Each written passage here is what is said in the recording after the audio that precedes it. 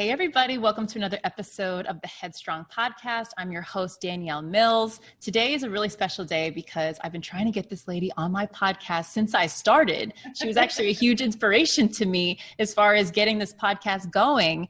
And I'm really excited for you guys to get to know her and her story. She is the queen of storytelling. I have to tell you all about her, but not only is she the owner and chief storyteller of her own business, TV Media Group, but she has her own podcast too. So without further ado, welcome Tamika Bickham. Thank you, Danielle. Thanks so much for having me. And the queen of storytelling. I'm going to have to take that one and use it for myself. Yes, you absolutely should. Appreciate the introduction. I'm glad to be here. Yes, we're happy to have you here. So can you please let everybody know who maybe is not familiar with you, just a little bit about your story and kind of how you got to where you are today? Sure. That's such a loaded question, but I'll give you the, the brief abbreviated story. But we were both connected, as you know, on LinkedIn. And as we started talking about our mutual interests and background, we both went to the University of Miami. So go Canes. Woo! We have that in common, which I love that. And, at UM, I was a double major in broadcast journalism and theater. And that's really where I knew that I loved storytelling. I knew it long before growing up, but I wasn't really sure how that was going to manifest in my career, being a writer or whatever it was. So I just ended up down the local TV news path. So after I left college, I got my first on-air local TV job at the CBS affiliate in Montgomery, Alabama. So, imagine me, I'm from New Jersey, came down to University of Miami, not only because of the broadcast journalism program, I'll be honest, it was the beaches and the sun and the sand and the beautiful weather. And then having to go to Alabama, it was a bit of a culture shock. And then also being a reporter there as well, which, as your first local TV news job, it's already a very steep learning curve. And I was kind of thrown in headfirst into covering state politics, being in the Capitol. So I was covering, the passing of legislation into law and all of that. So in addition to crime and obviously a lot of Auburn, Alabama, a lot of sports. So, but yeah, it was at that time where I was like, okay, I like what I'm doing. I like being in a smaller community because I could really feel and see the impact that I was having from some of the stories I was telling in the community.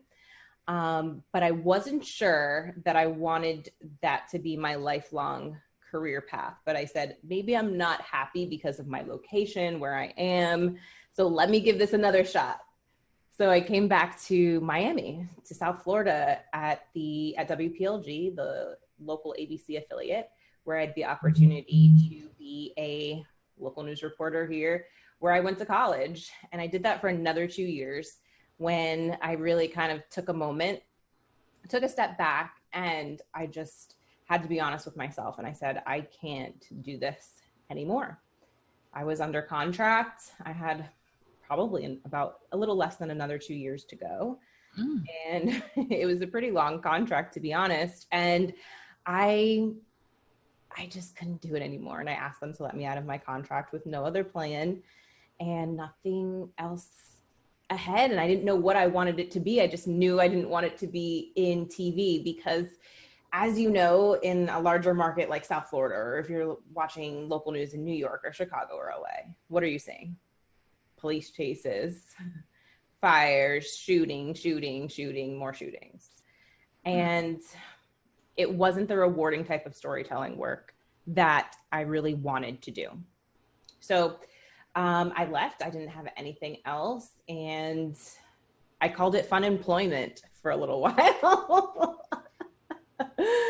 So I enjoyed a little bit of time away, not too long. I mean, maybe 2 months. And then that's kind of where the rest started to reveal itself to me. And I did some freelance PR.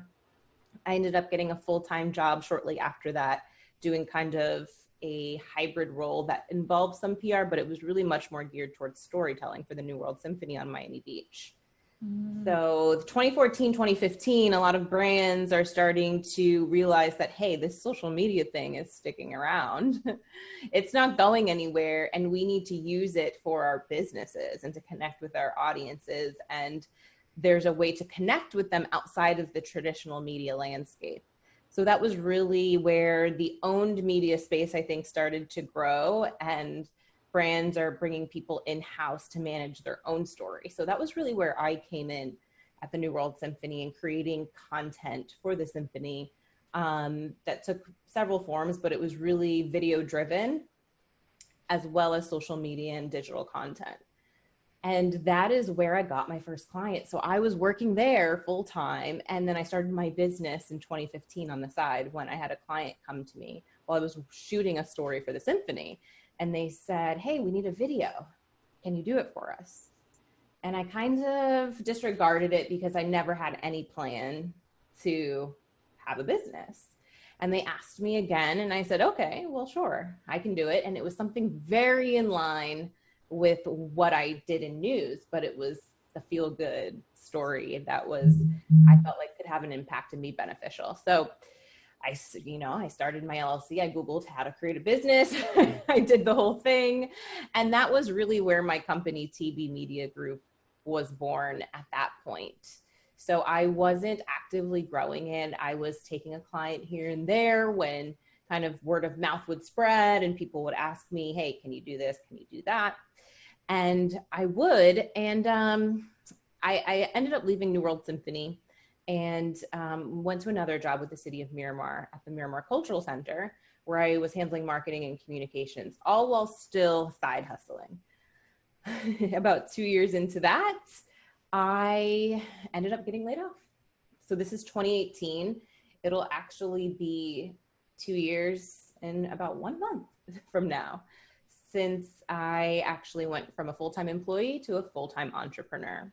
So that's really how I ended up where I am now. It was totally accidental and it was not part of the plan. I felt like it was really life showing me the direction I should go in, because I would have never been so brave to take that leap myself. Wow. Well, you said a lot there, and I love all of that because there's so many pieces of that I want to unpack. For one, great for you for having the courage to leave a very stable, successful on-air job with still contracted years of contract. And then to be like, this isn't my passion. I'm not feeling this. I need to do something else. And I think that's really inspiring because a lot of people listening to this podcast are in jobs that they may not feel are their passion, and they may want to take a step to the next direction. And you made it seem very easy to just leave. But what advice would you give somebody who is thinking about doing that now, knowing that you've done it and now you've turned out okay, but I'm sure you've learned some things along the way? Yeah, you bring up a really good point, because when I think back to that moment, I did make it sound very easy. And I think in my head, I was like, I'm just going to leave. But thinking now back to 2 years ago, when I got laid off, even before I got laid off, I had clients saying, hey, why don't you do this full time? And I'm like, I could never just leave. But you brought up a point that I've never really thought about, because I wasn't so scared of it when I was in local TV news years before that. I think, if I'm being very honest, it's not something I've talked about a bunch, but when I was probably the last 6 months of local TV news, I got really depressed. And I literally was driving to work crying because I just couldn't deal with what was ahead for the day. The anxiety of thinking about what was I going to cover that day. Was it going to be some super stressful breaking news? Was it going to be a really tragic story? It was really getting to me. So I think it wasn't just like, hey, I want to leave. I knew that it wasn't the path forever, but I also felt it becoming detrimental to my health. So it was a little bit of a different situation. Of course, like you said, I had 2 years of contract, a good salary. a lot of opportunity, I think, where I was. But I also felt like that position where I was, I didn't want to end up making too much money where I couldn't do something else, if that makes sense. I didn't want to get too comfortable on a certain path where I felt like I couldn't, okay, years later, I have a family, more responsibilities, a house, whatever, that I felt like I couldn't take a step back. So that had a lot to do with it. So I'd say, one, getting back to the advice, if you're not, I think your body tells you.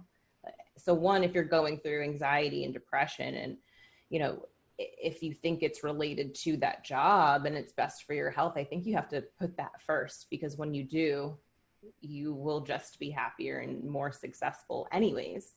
And then it is, I mean, there is bravery involved as well, but kind of just not looking at maybe what's directly in front of you in making that decision, but thinking about the big picture. You know, when you look back and think about challenges that came up in your life, most of the time when you were super stressed about that before, what happened? You came out okay. So just kind of revisiting those feelings, I think, and knowing that it will be okay. Now you have to put the work into action, but just having a little more faith in yourself. I think that's what a lot of people are lacking. No, that's really true. And that's some really good advice that you gave. One thing that you mentioned about kind of going through that depression of driving to work, having tears in your eyes. And it made me think of, you know, when we are watching the news as the public, a lot of times it's negative because stories are just always coming in and it's not too much positive news. And I thought about, you know, how convenient is it that I get to just turn it off?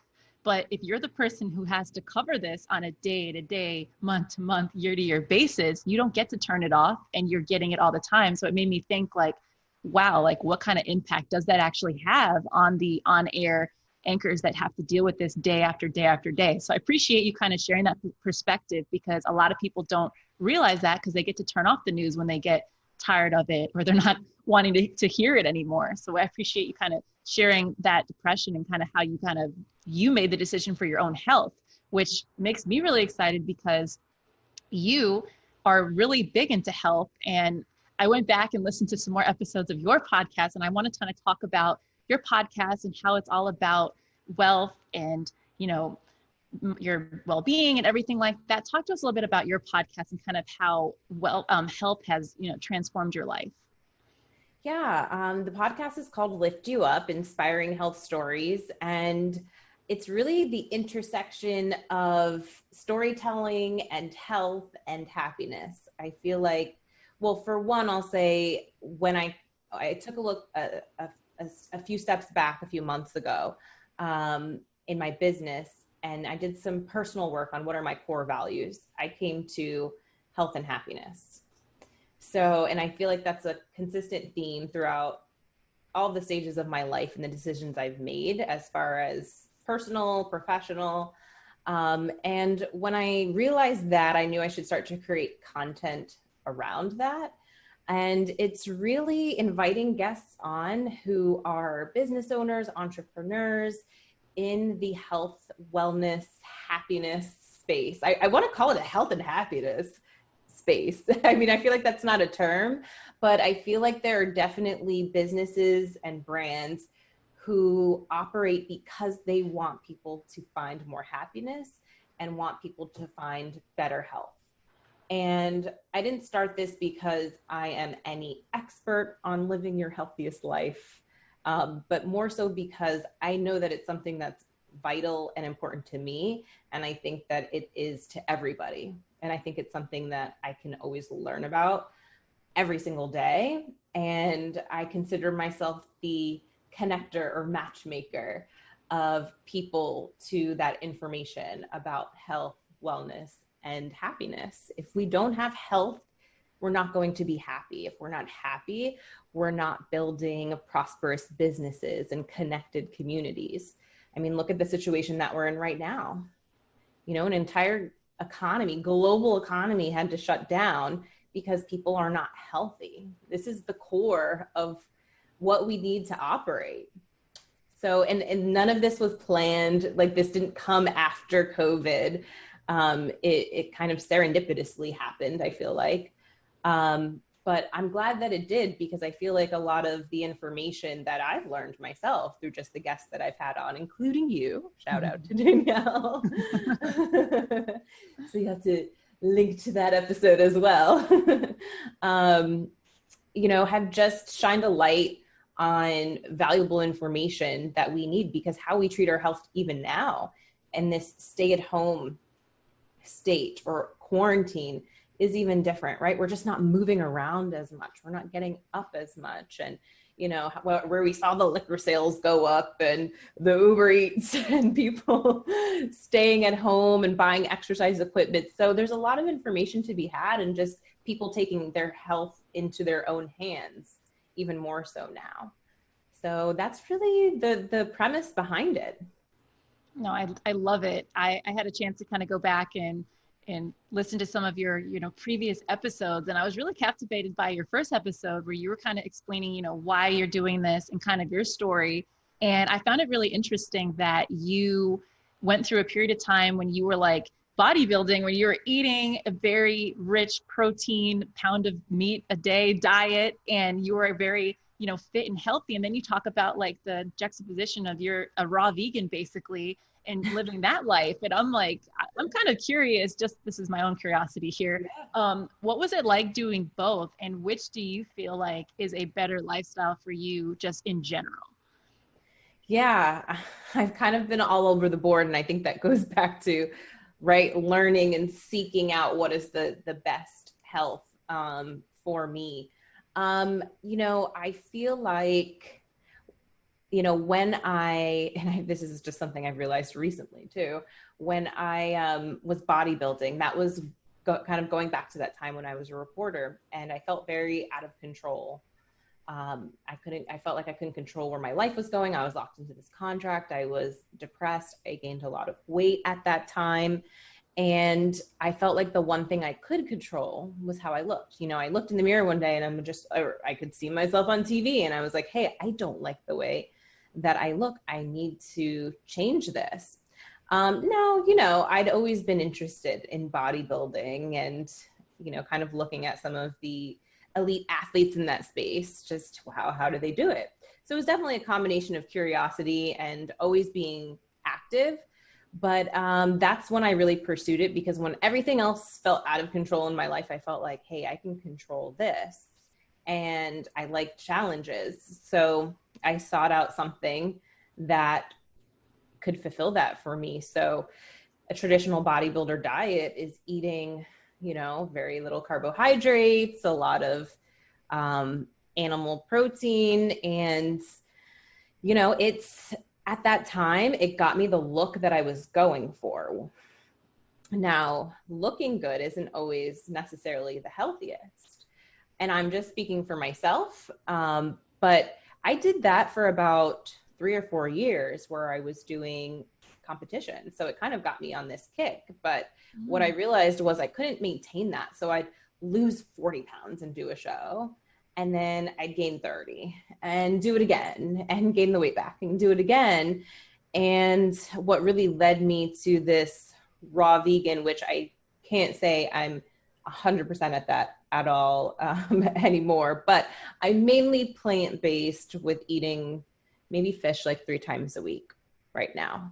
And the reason for that is when I went through that time where I was, my position was eliminated about 2 years ago, maybe 6 to 8 months before that, there were just a series of personal life events that happened that I think caused an extreme amount of stress in my life. And I had really bad autoimmune responses. So these painful rashes and eye pain and my hair falling out, and no one could really figure out what it was. And that went on for maybe 8 months. And after I went through, I got laid off at the job. That was kind of like the cherry on top. And the worst kind of autoimmune issue I had was towards the end of that year, about 2 years ago now, when I had these painful rashes on my knee and I literally couldn't walk for like 2 or 3 days. And at that time, I'm a 30-year-old, 29, 30-year-old healthy person. And I just felt like my health was being taken away from me. And I felt like I could kind of bring my power back. And I kind of poured myself into research and looking at what could cause this. Nobody could give me answers other than here's a pill, here's a steroid to help you. And those things make you feel awful. And I was like, there's got to be another way. So I ended up doing my own research and find some resources that actually led me to whole food plant-based eating. And since then, January of last year, so about a year and 8 months, I've been pretty much plant-based and I haven't had any symptoms. So for me, I feel like, could it have been a combination of the meat, the animal products in the past, and stress? I think everything works together. I don't want to put it on any one thing. But I know that for me, taking meat out of my diet isn't going to hurt me. Eating more vegetables, eating raw vegetables isn't hurting me. So that's kind of the conclusion I've come to personally. That may evolve and look a little bit different as I figure out, hey, what's the best solution? But I'm pretty passionate about it.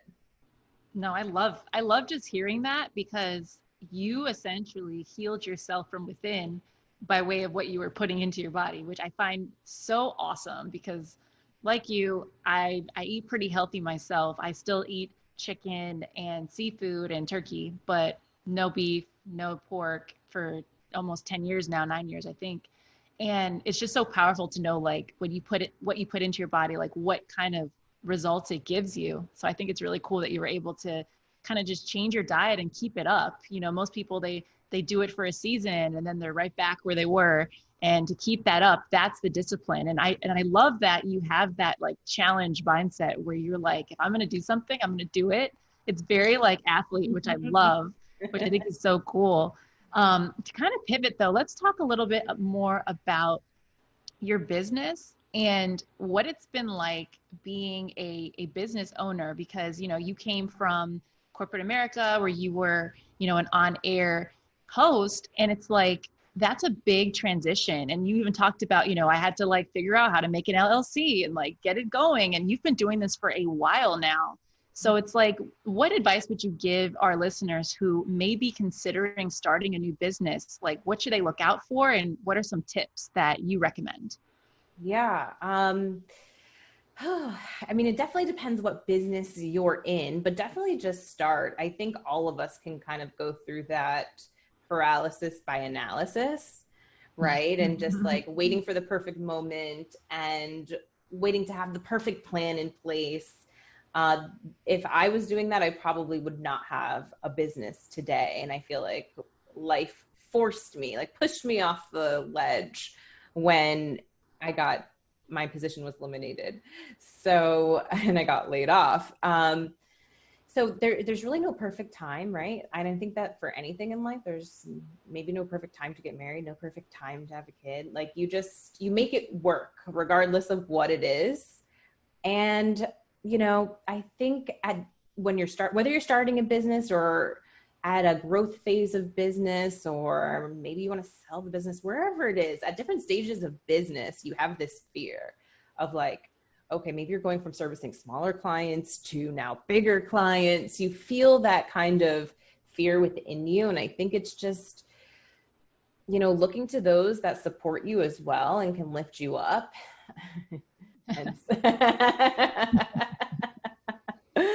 Lift you up podcast. That was my very subliminal plug there. But, and also lifting yourself up too, though, right? And just kind of leaning into the fear. Like, if I'm feeling this is good. That means I'm growing. That means I'm challenging myself. I'll be honest, it is so hard to kind of give this advice because I feel like I have to say that to myself on a regular basis. It's not a natural feeling. Maybe there's a very small handful of people out there who are just like, here's this really scary thing and I'm just going to go do it and attack it. And I have no fear about it. I'm not naturally that way at all. So, and I think that's probably how the majority of people are. And it's really kind of forcing yourself, even from like on the smallest level, people who are so afraid to speak in front of a group, in front of a crowd.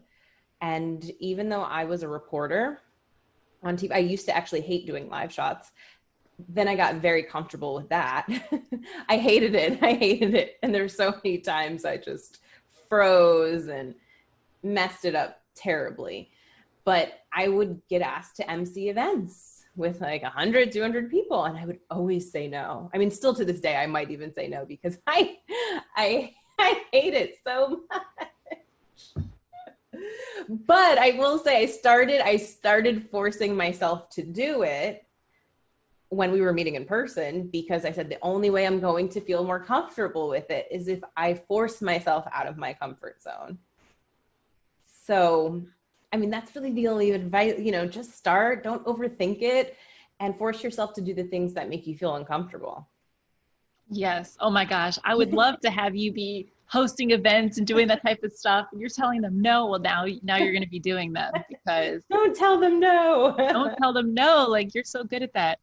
Well, I do want to ask you though, a couple things about COVID-19 and how maybe that has impacted you, because it's interesting that like you experienced your layoff prior to COVID-19, and there's so many millions of people who are experiencing that now or have recently experienced that. So it's interesting. And I kind of want to know, like, with your own business, have you had to make any adjustments because of COVID? And have you noticed an uptick in business because people need more content because they're like, oh crap, I can't see people in person, I got to make video? Yeah. So definitely both. Right after this happened, I saw an immediate like dive in revenue. I won't say immediate, but about a month later, projects that were in the pipeline were paused, are still paused. I had a client who went out of business literally from one day to the next, just because of the type of service business he's in. And I had also clients who, they're seeing a huge dive in their revenue because they service small businesses or restaurants, and they needed to pull back on budget. And, people, especially immediately, they're scared and they're, okay, where can I cut? Where can I save money? And a lot of times that often comes from a marketing budget. And, they don't think they need content so much in that moment. So I think immediately that was the main thing that I saw. I had to give my team less projects, less hours. There were some team members right away that I did. I won't say any of them stopped working with me completely, but drastically reduced amount of hours. And then I'd say after the total shutdown, things were really starting to pick back up and are now at least at where they were pre-COVID, if not, and definitely trending upward, because people are like, hey, we're going to be here for a while. And that doesn't mean we just stop marketing and stop talking to our audiences. And B, how are we talking to them online? And what does that mean we need to do? We need to connect with them by telling our story, and we need to create content that they can consume online. Because what did we see right after this? All of the online consumption time and hours were way up, because this is how people are connecting now. Mm-hmm. And in addition to that, since we do a lot of video production, I'm seeing a lot of virtual events now where they want, whether it's pre-produced, pre-recorded content to be produced for that event, or snippets of pre-recorded videos that they're going to use and weave within this live event. So there is a lot of opportunity for those who are in the marketing and content creation space, because this is how we will be connecting for the foreseeable future. And the thing is, it's not going to go away. Mm-hmm. It's not going to, like, connecting virtually. Those who didn't depend on it before were behind. So this is how I really ran my business before. So I would say that I was definitely a few steps ahead of some, and you as well. Well, you're a freaking pioneer. That's what it really is. Because how cool is that, that you like created this business with the skill sets that you've learned from your, you know, previous life, and you've been able to take that, and now you're such an asset to so many companies. Like, I'm already like, I need to work with you with my own stuff, because it's like that production. And then as you were talking about virtual events, there's been so many conferences and things that were going to be in person that have now gone virtual. Even big things like the BET Awards and the VMA Awards, all virtual. So it's like there's so many people behind the scenes making that stuff run so effortlessly, which is not easy to do. So the fact that you do this for businesses is really freaking awesome. So this is exciting. Like, I can't wait to learn more about your business. But I do want to ask a fun question that I think our listeners would be interested in. And what is something that people would be really surprised to like know about you? Oh, goodness. This can be anything? Yeah. Okay. So all of my really close friends, all of my friends. Well, you know, if you hang out with me at least a couple of weeks, you're going to know. I don't know if this is a good fun fact, but I'm going to tell you. All right. They know that I'm a huge Britney Spears fan. Really? Oh my God. See, I wouldn't have expected that one. Like the songs come on and I know all of the choreography. Okay. So that means we need to go to a dance class together. Yes, please. We were just talking about that. I was on dance team. I danced for 23 years. I think any dancer who grew up in that era, though, was a really big Britney Spears fan. If you can teach me the I'm a Slave for You dance routine, we need to make a video and put it on TikTok.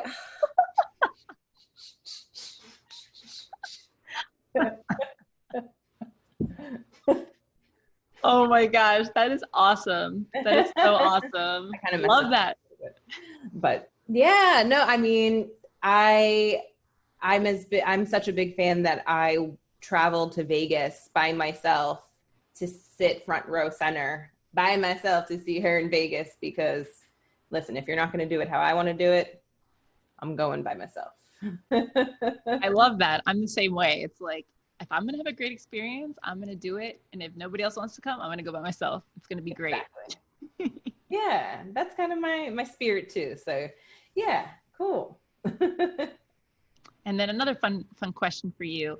If you could tell your 17-year-old self some advice, the young Tamika, what would you tell her?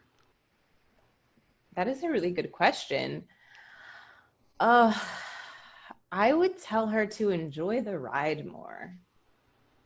I mean, I feel like that's the thing our parents would always tell us when we were younger: enjoy being a kid or enjoy being young. But it's so true. Like, just be in the moment more. I'm such a planner. I'm somebody who's always looking ahead to the next thing. And, you know, whether things are challenging or when they're good and they're fun, just not be thinking so much always about the next thing, right? Just kind of being in the moment and being present more. I think it's something I still have to work on, but that's what I would say. I think that's good advice for anybody, no matter how old you are, because we get so caught up in what's coming or what happened versus like where we are right now. And I think that's some really good advice that you gave. So I appreciate that. Thank you. So tell us, Tamika, what is coming up for you? How can people connect with you, get in touch with you, work with you? What's the best way for all of our listeners to find you? All right. I'll tell you all the good things. So my website is tbmediagroup.com.